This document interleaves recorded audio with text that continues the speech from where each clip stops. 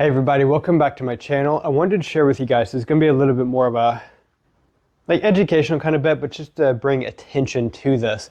We're talking about how stress actually impacts my mobility, and this is really about if I have adrenaline coursing through my body. It has a purpose. Adrenaline is not good or bad. Without adrenaline, you would die from a multitude of things. But when we are going to exercise, we warm up to the exercise, and the exercise itself is a stressor. In order to accommodate that stress well, my body has to go into a fight or flight response, and we use adrenaline to do this and cortisol to help balance out the adrenaline. So you have adrenaline and cortisol, which are regarded as your stress hormones. Technically, cortisol is not a stress hormone. It balances out adrenaline and helps to keep it from going excessively, because adrenaline I might have this slightly backwards off the top of my head, but adrenaline dilates your blood vessels. Cortisol helps to constrict your blood vessels, and it uses the interplay between those to regulate your blood pressure. So it modulates it for where it needs to be for your given activity, right? So adrenaline has an impact on my body. Let's go over what adrenaline does, or at least a few of the things, and then we can understand what's going on when I have a chronic adrenaline release going on, because this exists on a spectrum. Okay, so if I'm exercising, I need an appropriate amount of adrenaline for the exercise.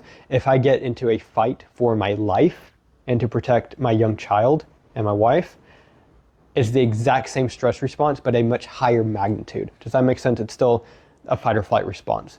Chemically, it's no different. So it exists on a spectrum. So just to quickly go through, I don't want this to be a long video, just to quickly go through, when you are going through a fight or flight response, it helps you to accommodate stress. How does this happen?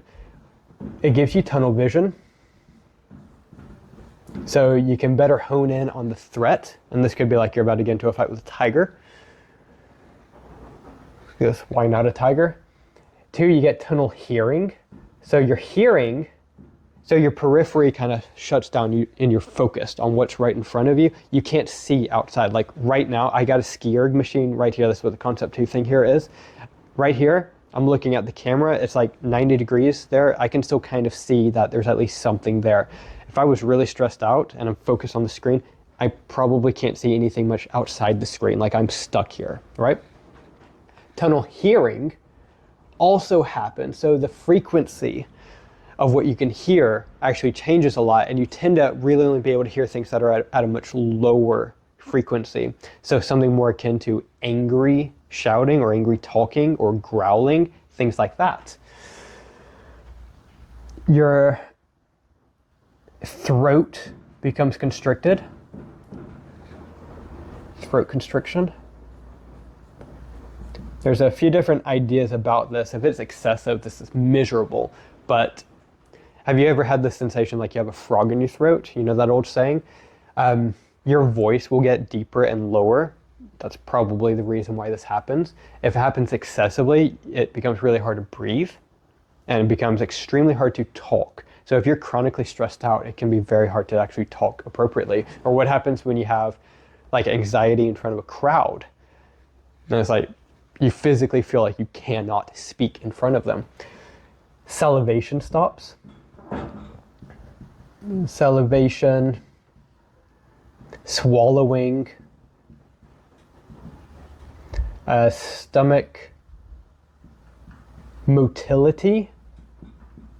That is the movement of your stomach. When you have food in your stomach, your stomach actually like moves around quite a lot, kind of like folding the food around.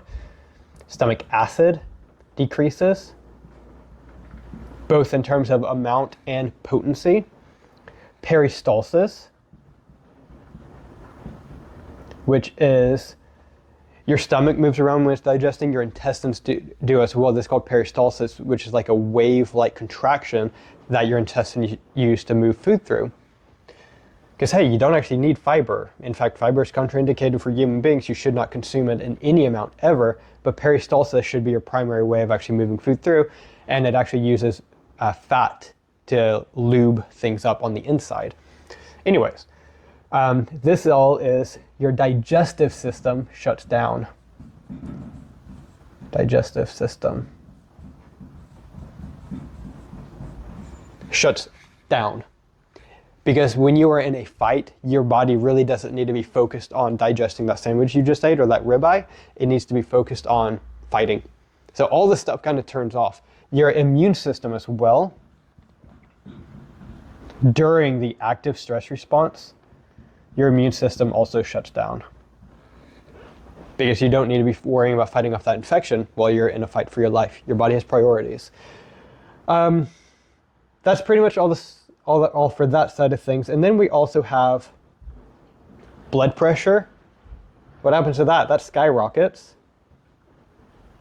Your heart rate goes up. Your ventilation, that is your rate of breathing, goes up. Your temperature goes up. That's like your metabolism as well. Goes up. So we have these things. So we have what we would consider like physiological normal for blood pressure, heart rate, ventilation, and your temperature and metabolic rate at that given moment, as well as where your digestive system needs to be working. We have a biological, physiological normal. When we become stressed out, those things either modulate to either being downregulated or being upregulated, depending on what's useful. Because if you're in a fight, you don't need your immune system really functioning at that time, but you do definitely need a higher heart rate, a higher blood pressure in order to accommodate that stress. What happens if you were to go into an exercise and your heart rate just stays normal? Like my heart rate normally is at about 45 or 50 beats per minute. And let's say I wanted to go into a 5K race and I'm looking at doing a record and I want to be under 20 minutes and my heart rate just stays there. I'm not going to be able to go very hard at all because I don't have enough blood pressure to circulate enough blood out into my body. I'm not going to be able to get enough oxygen into my body, really. I need a higher ventilation to offload the CO2 and to get in more oxygen at a higher frequency. I need a higher temperature so my blood is less viscous and can circulate a lot better. All this stuff. But I don't want that to be the norm. So if my heart rate is normally 45 to 55, that area at rest, during exercise, depending on how hard I'm working, it might be more like 100 to 120, and I think that's pretty normal for me during my exercise. But I don't want that 100 to 120 to be normal. In fact, once I stop exercising, I want to bring it back down to 45 to 50 or so as soon as possible. And that's part of that heart rate variability idea, is that I need to be able to interchange between a stress response and a relaxed response fairly quickly. How quickly is quickly, it depends. But do we understand? This is how adrenaline impacts your body. You get adrenaline going, it makes this stuff happen. So if we have adrenaline chronically flowing through your body at a relatively high amount, and this is happening in your day-to-day life, well, it's not just about having high blood pressure, but that is one of the top pathologies in the Western world, having high blood pressure, having a high heart rate, having a high breathing rate. Those are all extraordinarily problematic.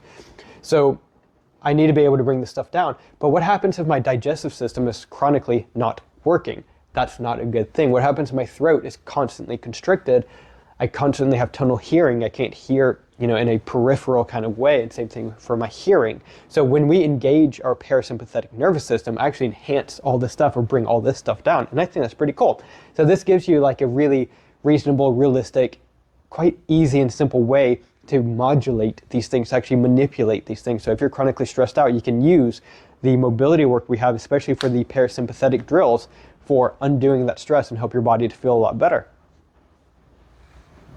If you suffer with chronic pain, chronic injuries, athletic injuries, I have got you covered. My name is Ethan Hammond, and I am a strength and rehab specialist. I work with people who want to return to sport and fitness, but feel that they can't because of pain and injuries. I've helped people with conditions such as lower back pain, ACL tears, shin splints, neck pain and chronic headaches, and so many more things. Now, a lot of you will be going through things like this, like what I just listed above, and you're saying that you cannot train anymore. Bullshit. You have got to train, and you've got to train right. Train or complain, that is the way this works. Now, I work in person in Southampton, England, but I have online services as well if you're a bit further out. And I also offer free consultations to get you started with a free game plan and strategy for getting out of pain.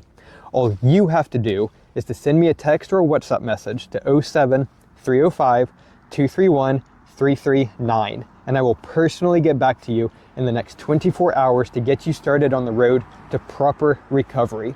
If you are serious about leveling up and making real change, this is how you start.